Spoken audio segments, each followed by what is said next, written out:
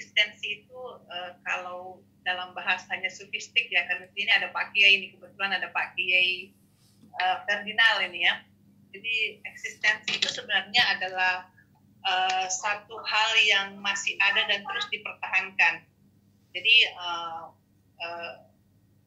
bagus sekali ada beberapa layanan-layanan yang mungkin sudah merupakan inovasi dari perpustakaan. Namun mungkin eksistensi ini belum sepenuhnya merata ya, karena tadi saya lihat kalau saya tidak salah hanya ada pada satu fakultas, ya itu pun hanya boleh diberi tanda kutip fakultas yang sangat eksklusif ya.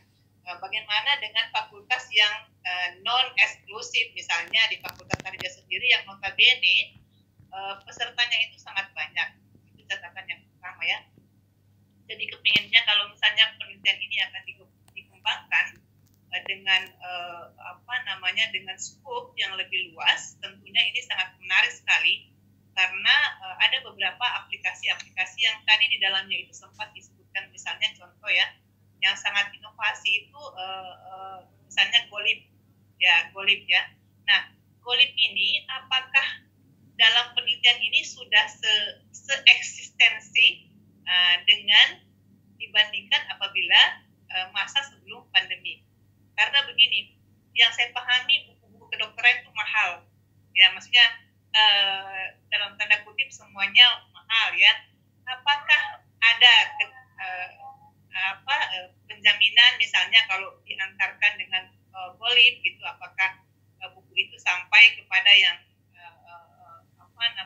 yang membutuhkan dan bagaimana cara membalikannya? Nah, mungkin kalau bisa ya aplikasi-aplikasi ini dikembangkan tidak hanya pada fakultas kedokteran tapi fakultas-fakultas yang juga memberikan kontribusi yang banyak ya, karena di buku ini tuh kalau saya tidak salah ada 17 fakultas dan semuanya pasti menggunakan library. Nah, begitu pula dengan layanan yang lain ya.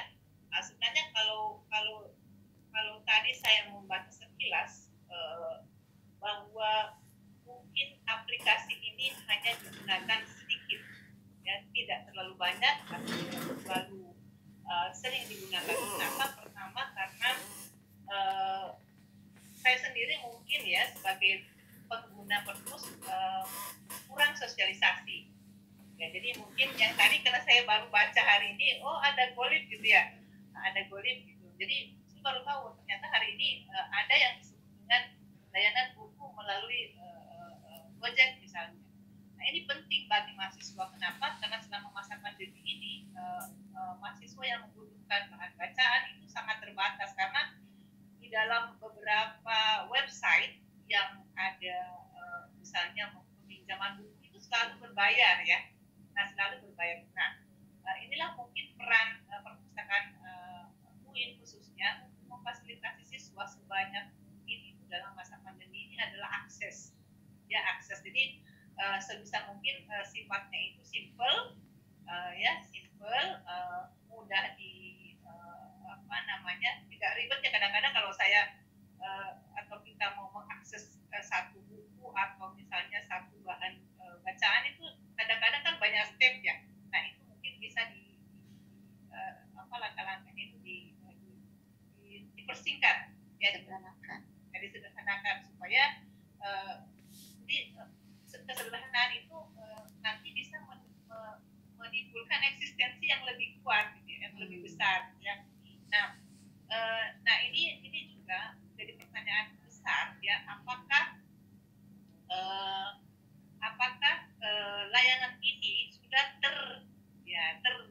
tersosialisasi dengan baik ya, tersosialisasi dengan baik, karena tadi ada yang mengatakan bahwa ini tidak begitu banyak gitu yang sejak bagaimana mungkin saya tahu kalau saya tidak diberi misalnya ada promosi atau sosialisasi ya tentang layanan. Yang berikutnya adalah layanan perpustakaan ini hendaknya tidak hanya kepada mahasiswa ya, tidak kepada mahasiswa, terutama juga dengan dosen ya. Jadi saya kemarin merasakan beberapa riset yang saya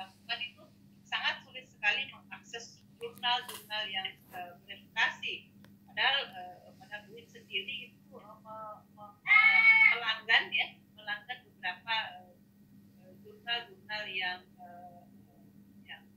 ya seperti expired dan seterusnya. Nah itu mungkin juga yang perlu diperhatikan oleh apa namanya para pemustaka ya. Tadi saya bahasanya baru ya, pemustaka.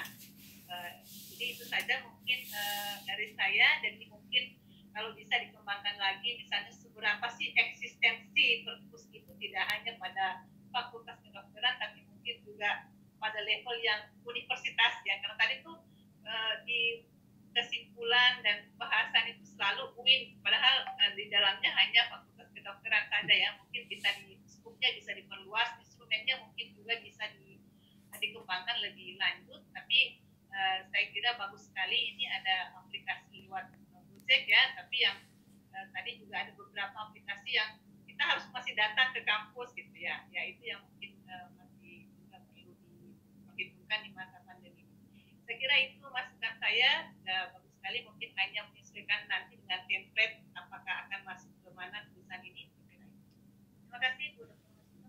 Oke, terima kasih Ibu Dr. Fidrayani MSI MPD atas kupasannya. Ya, mungkin memang masalah dari inovasi di perpustakaan UIN itu adalah salah satu yang paling terasa itu sosialisasi ya. Saya kira di FITK itu juga sebenarnya mengadopsi inovasi yang sama. Kalau dari apa yang disampaikan oleh pustakawannya ya, begitu ya Bu Loli ya. Hanya saja tadi ini sosialisasinya ya, terus menyederhanakan proses. Begitu. Terima kasih untuk mempersingkat waktu. Saya mohon izin kepada peserta semuanya, jika ada pertanyaan ditulis saja dulu ya. Nanti kita sampaikan di akhir saja. Kita simak dulu beberapa video, terutama yang sudah terkonfirmasi, begitu ya. Bagaimana Bu Dokter, Bu Fidra, gitu aja ya? Ya, boleh. Jadi di skip dulu saja untuk tanggapan, pertanyaan dan sebagainya. Nanti ditulis, kemudian nanti disampaikan untuk artikel yang mana pertanyaan maupun tanggapan yang akan Bapak ajukan. Baik, berikutnya saya akan mencoba men-sharekan video untuk artikel berikutnya ya.